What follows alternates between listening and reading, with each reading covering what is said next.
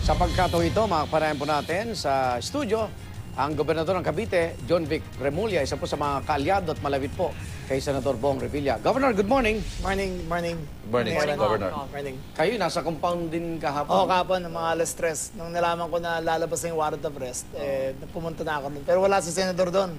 Hanggang umalis ako ng alas 5, kami lang ni Ma'am Lani at mga anak na nag-uusap. Ano yung nakita mong kahit pa paano naramdaman mo sa paligid? Napakabigat eh. Ang pinakamalungkot doon, yung dalawang pinakabunsong anak niya, ayaw na pumunta sa bahay.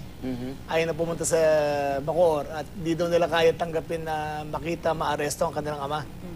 So, pinili na lang nila na manatili doon sa Alabang at iniintay na lang yung balita. Ay doon nung pinaka-heartbreaking talaga. So, anak. Mga anak. Oo, mga anak. Pero politiko din po kayo, Governor, di ba? Aba. At ang sinisigaw ni Senador, political persecution. Hindi ka rin kaalyado. Hindi po. Pero sa political persecution angle, I think we've had a year para litisin talaga kung ano nangyari. So, I think it's up to the courts. It's up to his lawyers. It's up to depende sa kanya kung ano depensa niya. So, hindi ako nagsasubscribe dun sa political persecution angle. Alright, Gov, kamustahin ko yung moral sa kanyang hometown, ng mga tao sa kanyang hometown? Kamusta? Very defiant yung mga core supporters niya.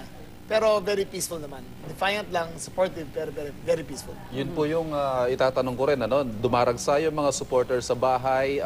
Posibleng meron tayong security situation doon. Sinabi ni Senador Bong, posasan niyo ako, i-mugshot niyo ako, pero wag niyo akong kakalad ka rin, wag niyo akong tututukan ng baril. Sa assessment po ninyo, hindi naman kaya humantong doon sa sitwasyon na magkasakitan dyan o maging marakas yan? Ayun lang ang pinaka-usap ko kay Ma'am Lani kahapon na kung lalabas yung warrant of arrest, wag na siya tumuntong sa entablado para magpaliwanag.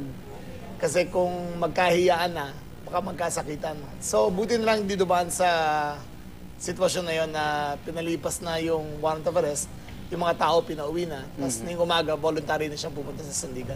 Yun nga, ang senaryo ba pwedeng voluntaryo, pero hindi siya palalabasin ng tao. May ganun ba kayo nakikita? Hindi naman, nagdala na kami ng mga 100 contingent namin na police force ng 100 na para sigurado na papalabasin at wala mangyayari. Kayo mismo, saan kayo tutuloy? Kayo ba ay... Samahan na. Nagpaalam na ako sa kanya kahapon. Sabi ko na, I wish you good luck. Bisitahin kita paminsan-minsan.